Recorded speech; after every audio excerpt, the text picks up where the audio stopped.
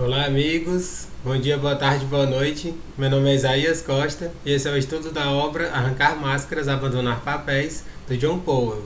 Esse é o nosso encontro de número 26 e hoje, pessoal, nós vamos ver o capítulo 15. É um capítulo relativamente curto, vai dar pra gente ver no único encontro. Hoje a gente já vai encerrá-lo. É um capítulo super bacana, gente. Ele fala sobre essa questão de você não oferecer assim, instruções para as pessoas, mas apenas sugestões. Né? O título do capítulo é Ofereçamos Sugestões, Nunca Instruções. Né? Esse aqui é um capítulo, gente, que eu já antecipo, né? Que ele traz uns ótimos exemplos, assim, e ele é bem duro, né? Com aquelas pessoas que são hipercontroladoras, aquelas pessoas que querem resolver os problemas de todo mundo, né? Que é o que ele chama de pessoas messias, né? Só o que tem são pessoas assim, né? Com esse perfil, pessoas messias, que querem resolver o problema de Deus e o mundo e esquecem de olhar para si próprias. Né? Elas vivem a vida dos outros e deixam de viver a própria vida.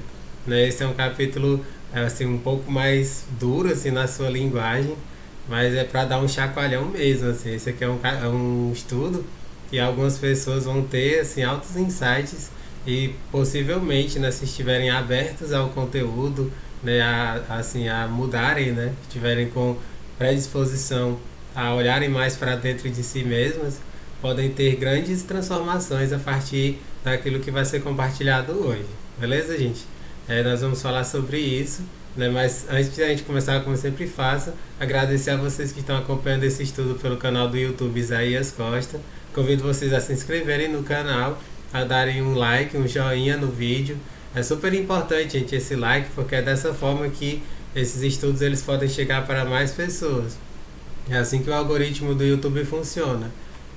Quanto mais curtidas os vídeos têm, ele entende que é um conteúdo relevante e coloca como recomendações para outras pessoas que estejam pesquisando temáticas relacionadas com esse estudo, principalmente a comunicação interpessoal, que é o cerne do estudo desse livro. E aí eu peço essa gentileza a vocês de darem um like, um joinha no vídeo, porque dessa forma vocês vão estar ajudando imensamente o canal a crescer e esses estudos chegarem para cada vez mais pessoas, tá ok? O pessoal do Instagram, Isaías Costa 14, né? Sempre eu coloco esses vídeos lá no IGTV para quem quiser acompanhar por lá. Se você quiser acompanhar pelo Instagram, fique à vontade, né? É uma forma de espalhar, de chegar para mais pessoas. Muita gente tem acompanhado por lá. E também convido a me seguirem, né, no Instagram, porque lá, além dos vídeos, todos os dias eu compartilho frases, pensamentos, textos meus voltados para o autoconhecimento, desenvolvimento pessoal, motivação, filosofia, psicologia, essas temáticas que eu abordo por aqui, né? Então, vai ser uma alegria contar com sua presença por lá também. Ou então, no podcast Para Além do Agora, tanto no SoundCloud quanto no Spotify. Tem muita gente que prefere só ouvir, né? Então, vocês têm essa possibilidade. E lá o legal é que vocês podem fazer o download de todos esses estudos para ouvir quando e onde quiserem, mesmo onde não tiver internet, o acesso à internet. Essa é uma grande vantagem de você acompanhar pelo podcast. Beleza, gente? Então, acompanhe nas plataformas que vocês acharem melhor. E vamos lá começar o capítulo 15, né? Como eu antecipei, fala sobre nunca a gente dá instruções, mas sim sugestões para as pessoas. Né? A gente não querer convencê-las sobre as nossas verdades. Ele começa esse capítulo, gente, falando sobre uma observação. Eu não vou ler essa observação porque não vem ao caso, não precisa. Ele fala sobre essa questão de instruções para pessoas já adultas, né? Assim, de sugestões e instruções para pessoas já adultas, né? Quando você é criança, né? Que você depende totalmente dos seus pais para lhe educarem, para dizerem para você o que é o certo, o que é o melhor. Obviamente que as crianças pequenas elas precisam de instruções, né? Elas precisam que os pais digam para elas o que é o certo, porque elas por si só não sabem. É simples assim, né? A gente quando criança a gente faz um monte de bobeiras porque a gente está descobrindo o mundo, né? Então é uma questão até de segurança, né? Os pais eles muitas vezes dizem, ó, você precisa fazer isso, você vai ter que fazer isso aqui porque é isso que é o certo, é isso que é o melhor para você.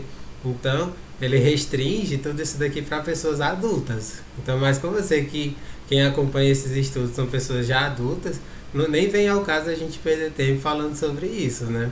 É algo que já está meio que intrínseco, né? Todos nós já sabemos disso, né? Que crianças pequenas, elas precisam de instruções, elas precisam que os pais, os responsáveis, digam para elas o que fazer, como fazer, quais são as melhores formas de fazer, né? O que elas fazem, certo?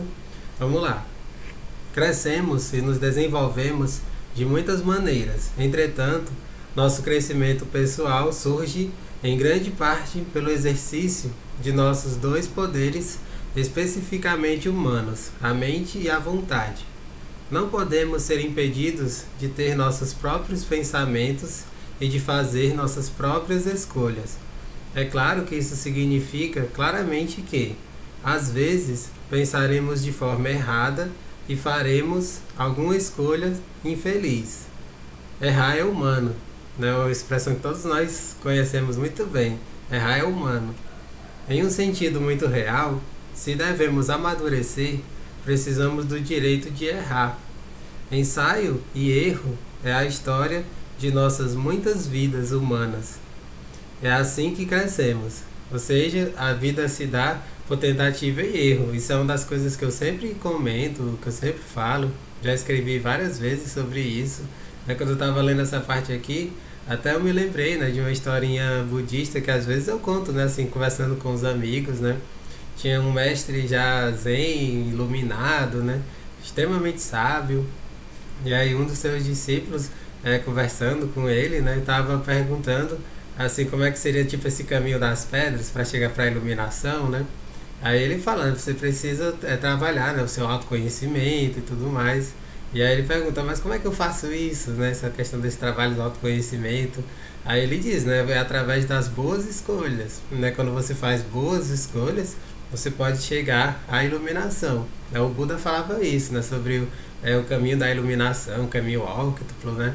E aí ele fala, certo, mas como é que eu faço essas boas escolhas? Aí ele diz, né? Primeiramente, fazendo escolhas ruins. Eu acho isso tão interessante, gente. É uma historinha simples, né? Assim, bem rápida, né? Mas que conta muito para nós, né? Quando a gente faz escolhas ruins, a gente sabe para onde não ir. A gente sabe aquilo que não nos faz bem. E a partir daí, a gente vai crescendo em sabedoria, em conhecimento.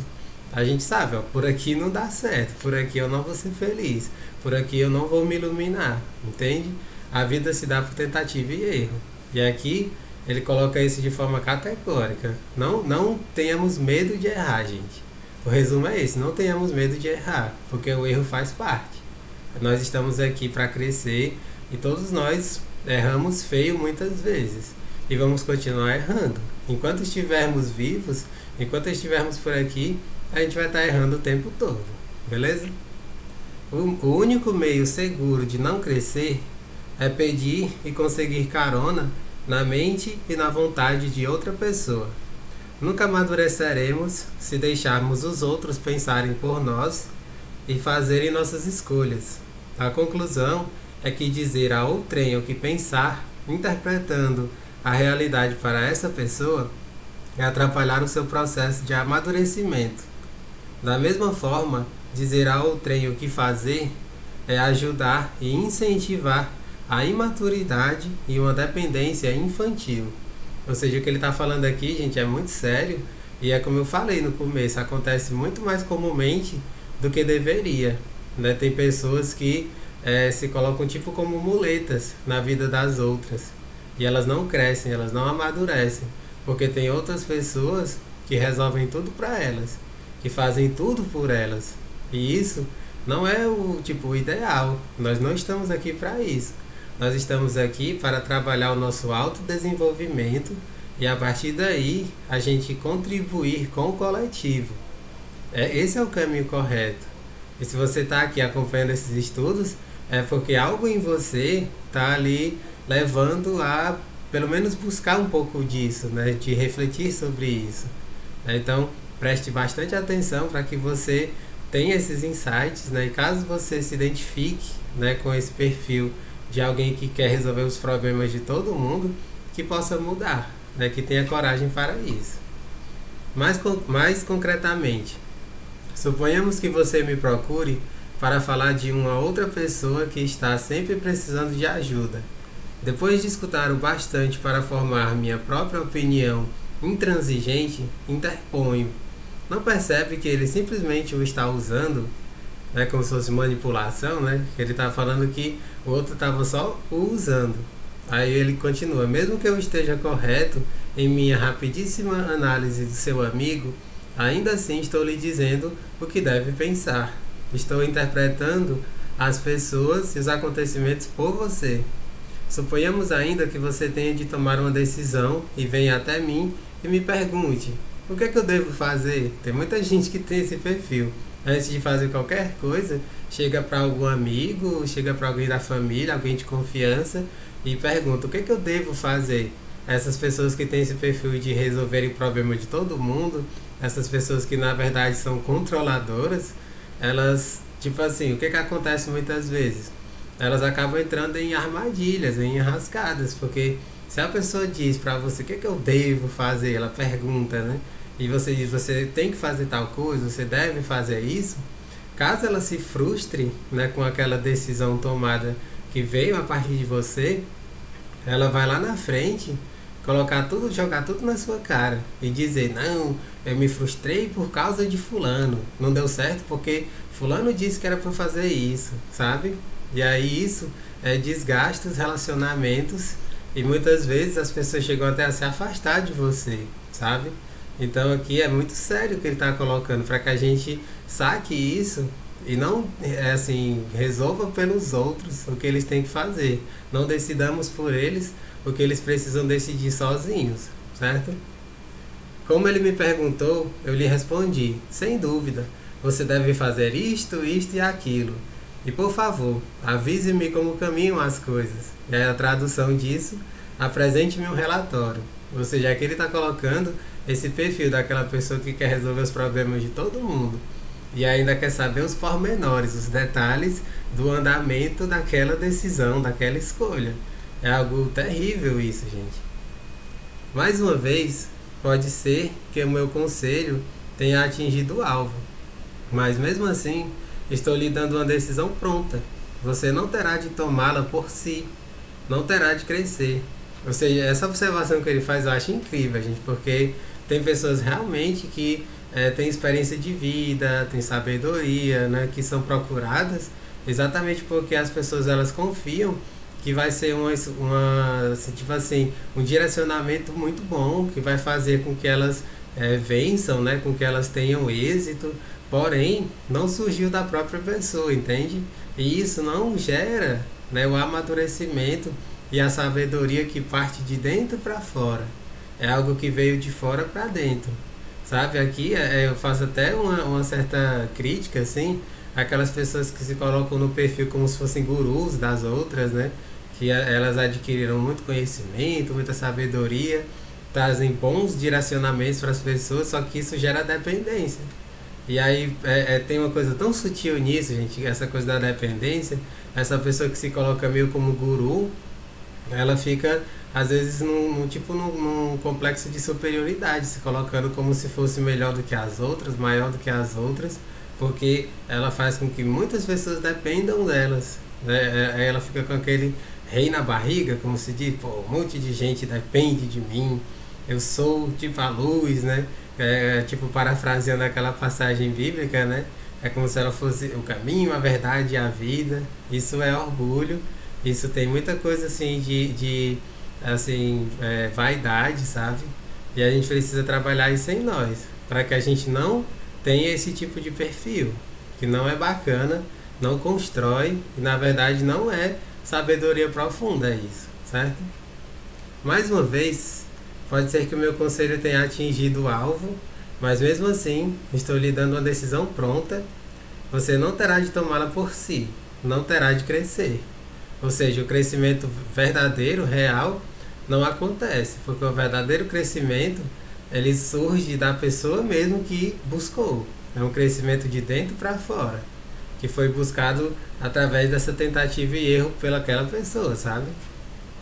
Em qualquer dos casos, ambos sabemos o que fará da próxima vez que surgiu um problema na sua vida, não sabemos? Você já sabe a resposta antes de eu ler.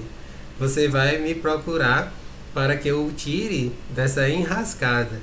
E quanto mais o fizer, mais dependerá disso.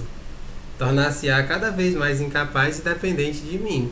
Era aquilo que eu falei. Muitos que se colocam como gurus são assim. Eles têm um monte de pessoas que são tipo fã-clube e que dependem dela. Fazem tudo a partir da decisão. Se o guru me disser que é para fazer isso, eu vou fazer isso. Se o guru me disser que é para fazer aquilo, eu vou fazer aquilo outro. Isso é uma enrascada, viu, gente? Isso pode ser uma verdadeira tentação. Sentir-me-ei muito necessário e me aquecerei ao brando sol da sua gratidão, podendo mesmo me considerar muito virtuoso. Depois de algum tempo, você e eu ficaremos presos aos papéis de ajudante e ajudado. Se eu fizer isso com muitos outros, logo estarei encorajando uma clientela de almas dependentes e extraviadas que necessitarão de me procurar regularmente. Semelhante arranjo adiará o amadurecimento de todos os envolvidos. Tem uma palavrinha aqui, gente, que eu acho incrível, né? Quando ele fala clientela. Isso daqui, gente, é muitas vezes o surgimento de uma seita, sabe? Ele não colocou de forma muito direta, né? Mas se você ler com atenção, você vai perceber que isso daqui é tipo a construção de uma seita. Uma seita, você tem aquela pessoa que é o guru, o mestre que orienta, com todos os dependentes dele. E se essa pessoa ela não for realmente alguém muito ético, muito assim, da paz, uma pessoa realmente comprometida com o amor, né, com a generosidade, com tudo, ela pode estar levando para o mau caminho, entre aspas, um monte de gente. E é só que a gente vê, isso acontece mais comumente do que a gente pensa, né? E as pessoas, infelizmente, pela falta de até amor próprio, muitas vezes, de terem essa percepção mais aguçada, elas se deixam levar muito facilmente pelo papo desses gurus, né? E aí elas vão se deixando levar e aí vão nessa massa, né, de um monte de pessoas que são dependentes, que se tornam dependentes de alguém que as oriente, que digam para elas o que fazer, seja essa pessoa que diga o que é o certo, o que é o errado, e aí elas não crescem, acabam não amadurecendo, né? Ou seja, eu estou aqui, né, para a partir de tudo isso trazer altos chacoalhões. Eu sei que esse tipo de discurso, né, que eu estou falando aqui agora pode incomodar muita gente, mas esse é o objetivo, é para isso que nós estamos aqui. Esse é o tipo de estudo que não é para qualquer pessoa, é para realmente quem está comprometido em fazer mudanças pessoais. Só pelo título, gente, você já dá para ter noção: arrancar máscaras, abandonar papéis. Todos nós temos muitas máscaras e a gente assume um monte de papéis que são falsos, que estão muito longe da nossa essência verdadeira. Que a gente consiga resgatar a nossa essência e viver a partir dela. Há todo um caminho para isso, mas ele pode ser trilhado, deve ser trilhado, e como ele mesmo fala, é um caminho de tentativa e erro, beleza? Minha própria tendência de fazer exatamente isso me foi revelada de forma brutal durante um seminário de comunicação. Viu, gente? Só fazendo uma pausa breve aqui, esse capítulo, como eu falei para vocês que nós vamos ver no único encontro, a maior parte dele, ele está agora. Ele traz uma experiência real vivida pelo John Powell nesse seminário. E aí ele fala de um aprendizado muito grande que ele teve para deixar de ser essa pessoa Messias. Porque o próprio autor, o John Powell, ele assume assim com muita humildade, né, com muita transparência, que ele era essa pessoa que queria resolver os problemas de todo mundo. Então eu fiz essa breve pausa para falar para vocês que a partir de agora, né, eu vou fazer uma leitura assim um pouco mais longa, certo? Porque é tipo os diálogos, né? Ele traz altos diálogos que aconteceram nesse seminário, né?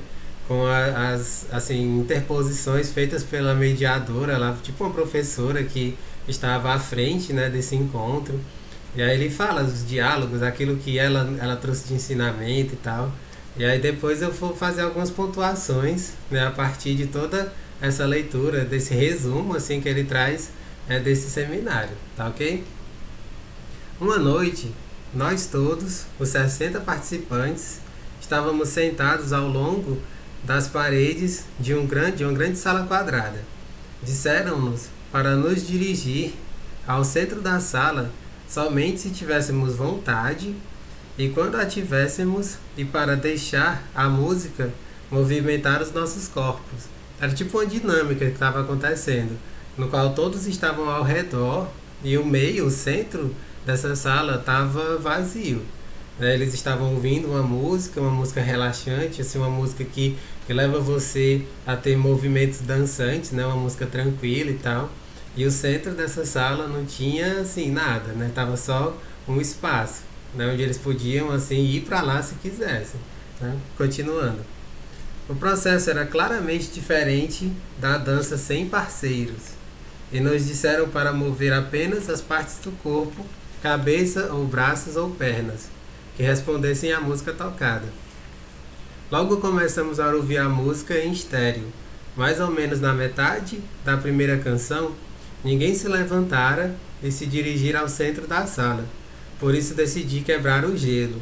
Depois de algumas piruetas, notei que todo mundo se juntara a mim no centro da sala e estava se mexendo. Fiquei satisfeito comigo mesmo. No dia seguinte, em nosso grupo de seis pessoas, né? A que era obviamente o membro mais frágil entre aspas, do nosso grupo, de repente se desfez em lágrimas.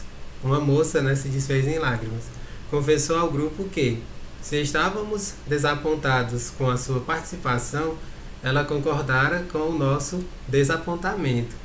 Entre copiosas lágrimas e soluços, assegurou-nos que, se tivesse um profundo segredo, de boa vontade o arrancaria do seu coração e o partilharia conosco. Mas, ai, nenhum segredo a pobre criatura tinha. Lembro-me de que imediatamente me comovi com compaixão, e eu lhe assegurei: você está fazendo o melhor que pode, e isso é tudo o que podemos esperar. Ou seja, ele estava lá meio que sendo um consolador, né? Estava consolando a tristeza dela. Só que tem mais coisas por trás, viu, gente? Que na leitura a gente vai acabar descobrindo, né? Mais uma vez ele estava sendo essa pessoa que estava querendo resolver, né, os problemas, querendo ser o solucionador, de certa forma. Porém, a nossa facilitadora, que em geral rodeava o grupo furiosamente, ela não concordou.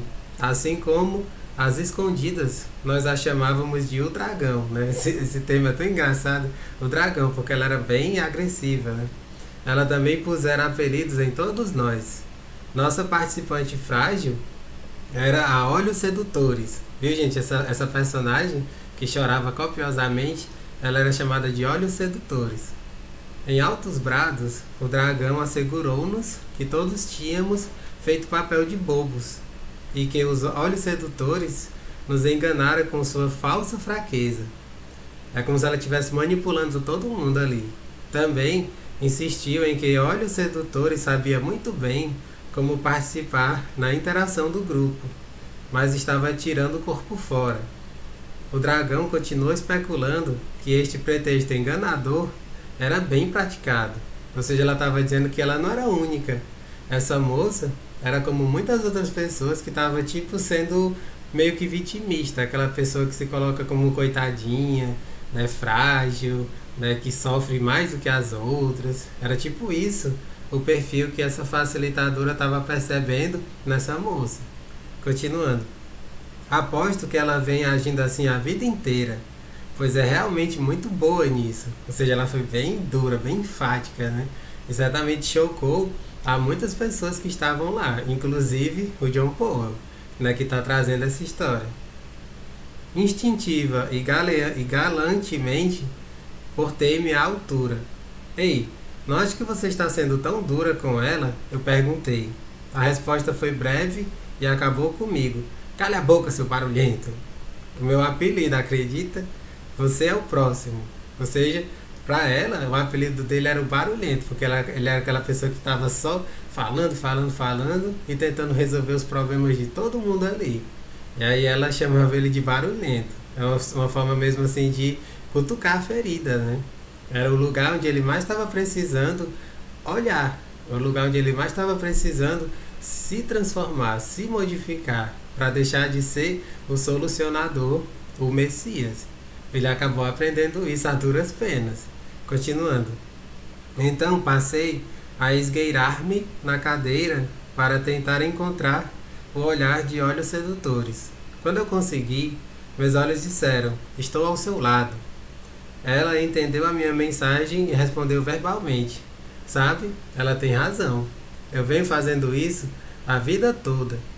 Descobri que quando digo simplesmente eu não posso, os outros nunca perguntam: mas por que você não pode? Simplesmente eles me deixam escapar impune. Ou seja, as pessoas elas se habituaram a olhar para ela como sendo frágilzinha, sendo muito meiga, assim, muito assim chorosa, uma pessoa que não tem força pessoal, que não tem assim essa garra, essa gana de ir atrás, de fazer acontecer. E aí ela meio que se habituou com esse papel, percebe? É nessa hora que vem essa questão do abandonar papéis. Esse era um papel que ela deveria abandonar, o papel da coitadinha, da frágilzinha. E aí, nesse seminário, ela teve essa oportunidade. Muito provavelmente ela começou um processo de abandonar esse papel. Claro que ele não conta o depois, mas pela leitura dá pra gente ter uma noção de que ali ela identificou que ela realmente tinha esse perfil e começou por conta própria a querer mudar. Não é bacana isso? Então o dragão voltou-se para o barulhento, isto é, eu, John Powell, perguntou-me a respeito da noite anterior e do exercício. A música movimenta o seu corpo. Aquele da sala quadrada, onde o John Powell foi para o meio da sala. E sobre como a gente se sentia sendo o primeiro no centro do palco. Sem me esquivar, contei a ela e ao grupo sobre as minhas intenções de quebrar o gelo e que estava satisfeito porque tinha dado certo. Né? Ele foi, de certa forma, motivador para que as outras pessoas que estavam tímidas, estavam retraídas, também fossem para o centro da sala e todos dançassem juntos. Né? Ele achou que tinha sido um arraso, né? Uma coisa maravilhosa. Continuando, então o dragão se esquentou de verdade.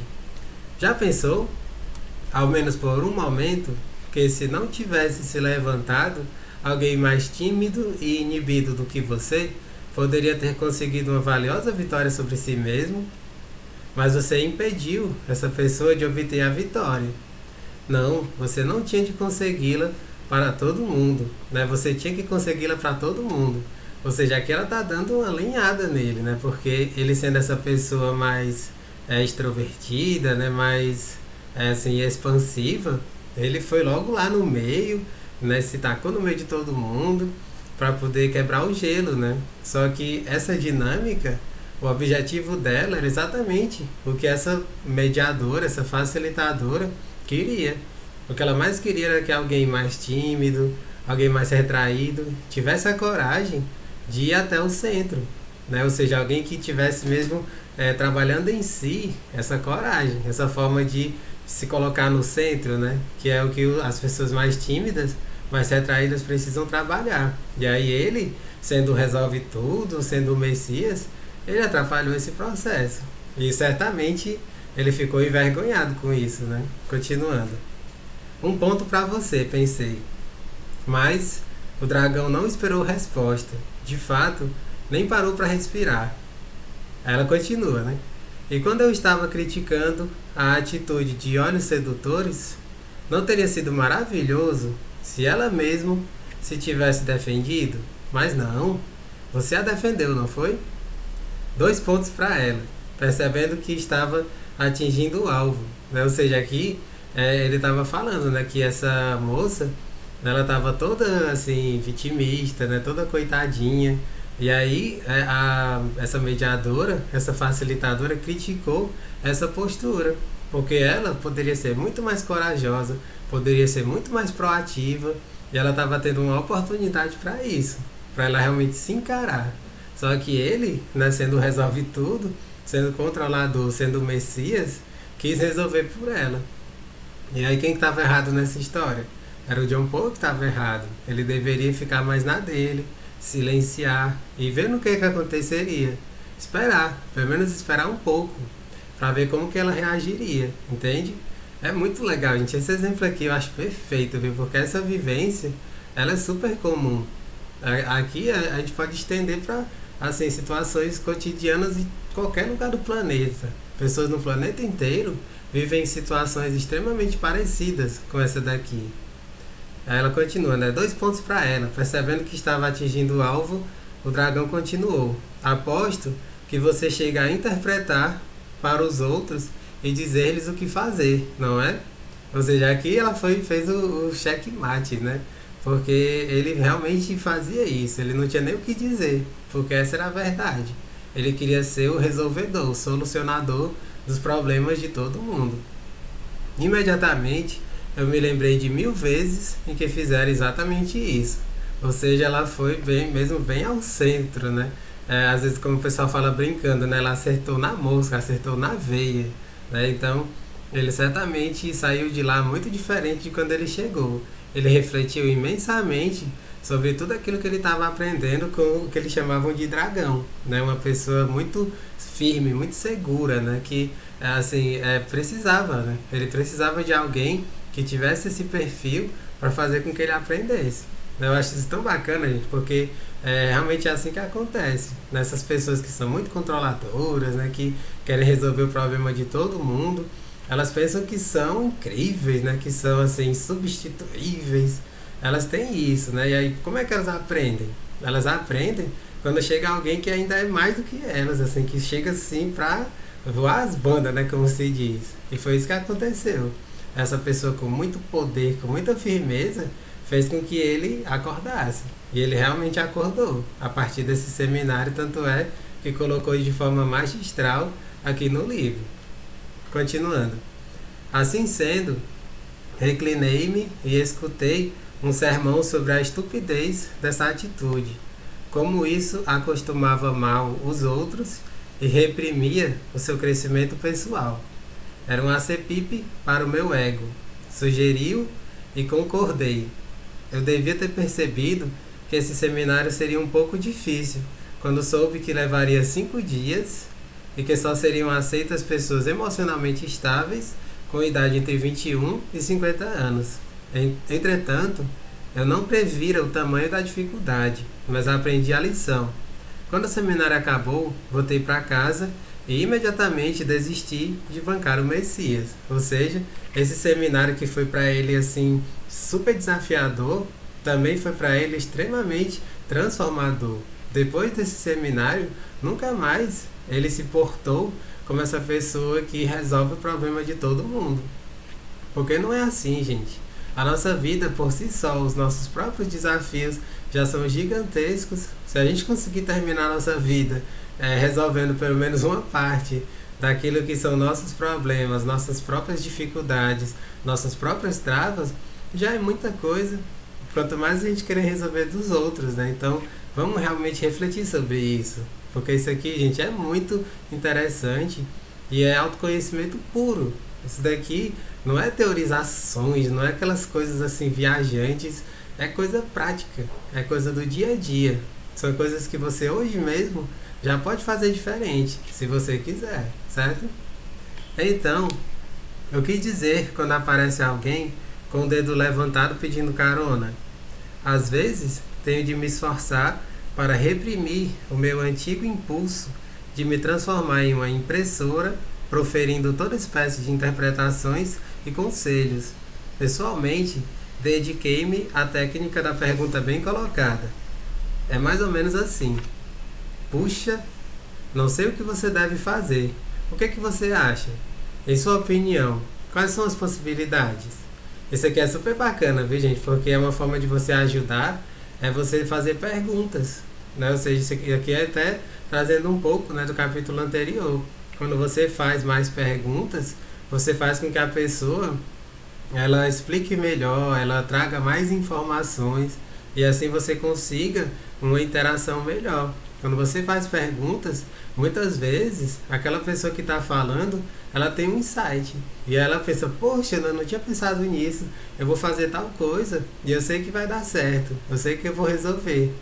Isso daqui já é diferente. Quando você questiona, quando você faz perguntas, você não está sendo essa pessoa messias, essa pessoa que resolve o problema de todo mundo.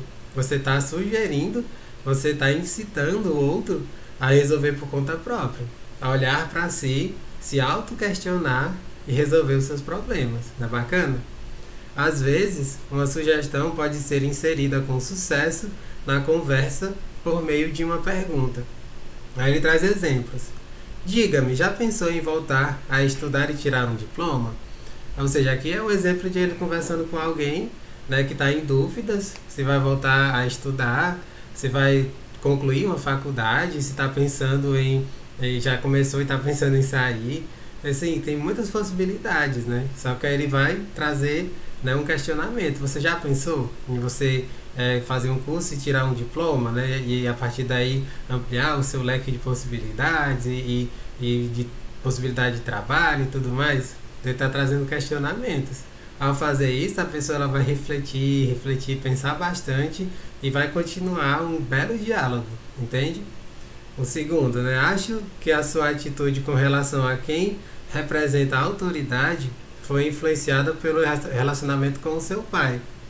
Né? Aí, ou seja, ele está perguntando, né? Você acha que essa atitude com relação a quem representa a autoridade, ela foi influenciada pelo relacionamento com o seu pai? Né? Ou seja, ele está levando a pessoa a refletir sobre a sua infância, voltar lá nos primeiros anos de vida e saber como é que era essa relação com o pai.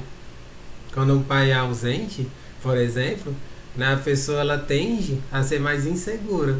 Né? Na hora que ela vai se dirigir para alguém que seja uma autoridade, ela vai com medo, ela vai com insegurança, ela vai achando que não vai conseguir. Já quando ela tem um pai que é muito presente, um pai que dá força, né, que dá assim todo o apoio, né, ela já não tem isso. Quando ela se dirige para alguém que seja autoridade, fala de igual para igual. Ou seja, a questão da infância, do relacionamento com o pai, se teve pai ausente, pai presente, tudo isso influencia. E quando você coloca na forma de uma pergunta, de um questionamento, a pessoa ela vai refletir, ela vai voltar no tempo, ela vai lá para os primeiros anos de vida, e aí daí vai continuar um belo diálogo, onde muitas soluções podem surgir do próprio diálogo, não é bacana isso? Aqui, gente, lendo essa parte, eu até me lembrei, né, isso inclusive aqui é uma dica, né, para as pessoas que são terapeutas, né, que são psicólogos, psicanalistas, terapeutas holísticos. Tem uma expressão que eu acho tão interessante, né, eu até anotei aqui para poder falar para vocês, né, que é o que te impede, né, o que impede você de fazer tal coisa. Né, eu sempre faço isso, né, quando eu estou em atendimentos, né, quando eu faço os atendimentos com as pessoas que me procuram, né, elas estão falando das suas dores, dos seus sofrimentos. Aí eu faço essa pergunta: o que impede você de tomar tal decisão? O que impede você de falar com aquela pessoa que você tanto está querendo? Né? O que impede você de seguir esse sonho? Né? O que impede você de se mudar de cidade? Aí vai, por aí vai, para cada pessoa dentro do seu contexto, da sua realidade. Ao fazer isso, tanto o diálogo acontece de uma forma muito mais fluida, muito melhor, como as soluções elas passam a surgir da própria pessoa. Você não vai ser o Messias, o solucionador. Você não vai ficar dizendo para ela, faça isso, faça aquilo outro, né? Você tem que isso, tem que aquilo. Não, gente, nada disso. A pessoa ela vai se sentir motivada a partir desses questionamentos a resolver por conta própria os seus problemas, as suas dificuldades. E assim, tanto ela cresce, como você que está ouvindo, que está interagindo, vai crescer também. Se tornar uma pessoa realmente que ajuda de verdade e que não soluciona. Ou seja, aqui é o cerne do capítulo, né? De você sugerir, jamais instruir. Né? A sugestão é exatamente isso. O que é a sugestão? É você fazer essas perguntas, é você questionar. Você já pensou naquilo outro? Se você pensasse de um tal jeito, será que talvez não desse certo? Questionar, gente. Quanto mais a gente trabalha na base do questionamento, mais as coisas elas tendem a se resolver, beleza? Continuando. É claro que existem ocasiões em que as pessoas estão apenas procurando informações, aqui são coisas mais bobas, né? Mais cotidianas mesmo. Ele traz um exemplo. Quais os créditos de que eu preciso para me formar? Isso aqui é uma coisa bem objetiva, né? Se a pessoa tem a resposta, ela vai lá e puf, diz para ela, né? Ele continua: se tem essa informação, fico feliz em poder partilhá-la com quem está perguntando. Entretanto, quando chegam ao ponto de reunir toda a informação e tomar uma decisão que afetará as suas vidas, a responsabilidade será só delas. Ou seja, aqui ele está falando, né? Quando é algo objetivo, você vai e diz, pronto, o que você está perguntando é isso. Mas não queira que eu diga para você o que fazer ou resolva para você as suas questões e seus problemas, porque isso é seu. Cada um tem que resolver os seus próprios problemas. Aqui eu até me lembro, né, daquela passagem bíblica, né, que fala que para cada dia, né, a sua dor, a sua cruz, né, e que ninguém, né, carrega uma cruz maior do que a que pode carregar. Né? Cada um de nós tem os seus próprios problemas, as suas dificuldades, as coisas que precisam ser superadas, e que ninguém vai resolver isso por nós. Somos nós mesmos que precisamos fazer isso, nos movimentar nessa direção, tá certo? Logo em seguida, ele traz um outro exemplo incrível, gente, de um senhor que já estava mais velho, né? E que tinha se frustrado muito na sua vida em termos profissionais, e por conta disso, né, de ter uma vida frustrada, acabou ensinando para sua própria filha coisas que ele aprendeu, né, de forma equivocada, e assim fez com que ela também se frustrasse ao longo da sua vida. Olhem só que exemplo interessante, né, continuando a leitura. Um lembrete em meu banco de memória reforça minha determinação de não pensar ou decidir pelos outros. Certa vez, encontrei uma mulher de meia idade que se sentia muito infeliz com a sua vida, a vida que ela levava. Quando lhe perguntei como tudo acontecera, contou-me que, quando jovem, asseguraram-lhe que era a vida que lhe servia. Assim, abraçou esse tipo de vida, mas logo descobriu que não o apreciava. Porém, o seu pai, não o autor do conselho, ordenou-lhe: fez a sua cama, agora deite-se nela. Ou seja, como quem diz, você já fez essa escolha, vá até o fim com ela. O que é um erro, né, gente? A gente sabe que no momento que a gente quiser mudar, a gente pode mudar da água para o vinho, né? Ou seja, até transições de carreira incríveis podem ser feitas. Né? Hoje em dia a gente sabe mais que nunca o quanto isso tem acontecido. Né? Eu até me lembro do Murilo Gun, né, que eu já até comentei num outro estudo, não aqui, né, mas do Poder do Agora, né, que ele fala direto, né, nas suas palestras, nas lives, que nós estamos vivendo um período de pandemia e agora mais do que nunca é você correr atrás dos seus sonhos, não ficar com medo de mudar de área. E ele dá o exemplo, né, que essa é a hora de uma pessoa que é advogada, né, que enfim passou anos e anos trabalhando com a advocacia, se torne um terapeuta holístico. Você pode fazer isso.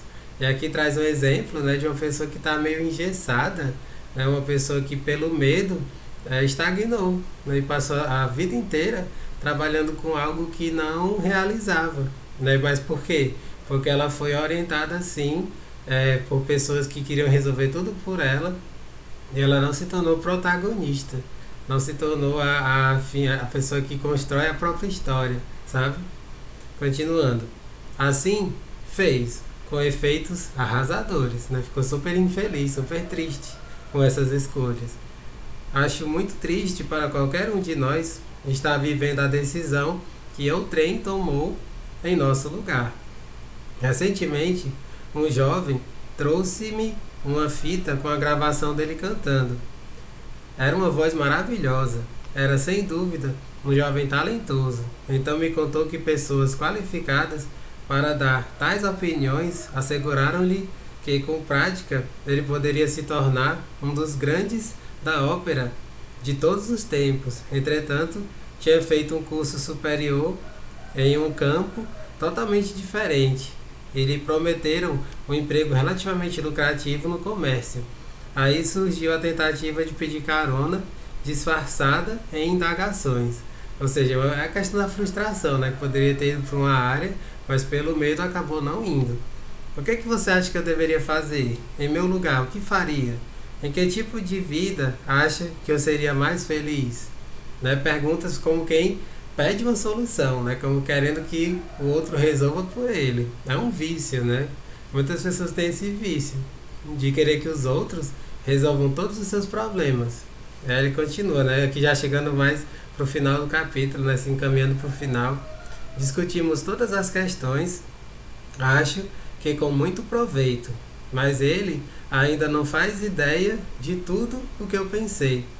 Assegurei-lhe que os seus valores não são os meus, que o que faria feliz poderia não fazê-lo feliz, mas durante todo o tempo eu sabia que, se Deus me tivesse dado a sua voz e pessoas qualificadas que me tivessem dado a certeza de que lhe tinham dado, né, eu imediatamente mergulharia na carreira lírica.